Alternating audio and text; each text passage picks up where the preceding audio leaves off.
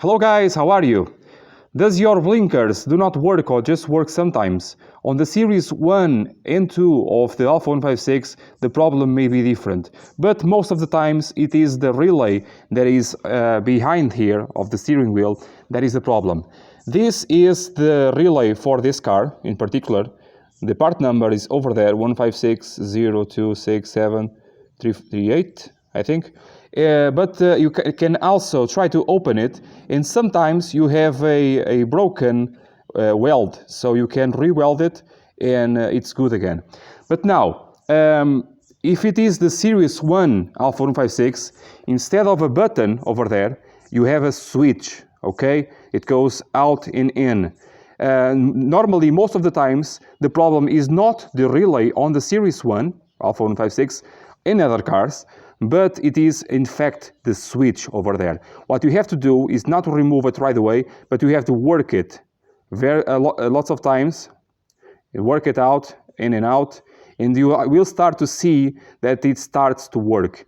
If you want to, you can remove it altogether, open the switch, clean the contacts, apply the electric grease, and it's all okay. Okay, if it is the Series 2 or if it is the Series 1, you just did that, but the problem persists, you should see what's wrong with your relay.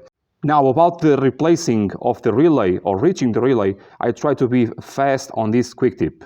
As you may understand, every time you have an electrical contact and you have plugs and wires and terminals, they have to be absolutely clean with no oxidation.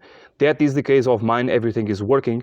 I just removed my relay, and be careful because sometimes it gets stuck and you actually bend the terminals. But what I did here was to apply, you should apply the electric grease. I don't have any, as you may know right by now, and I just have the Vaseline and I use it. It is okay. So I just will put my relay on there. You can actually test it right now. If it does work now, it will work with your stock. The next thing you have to assemble, and I had to remove obviously, is this sensor. This is the steering angle sensor.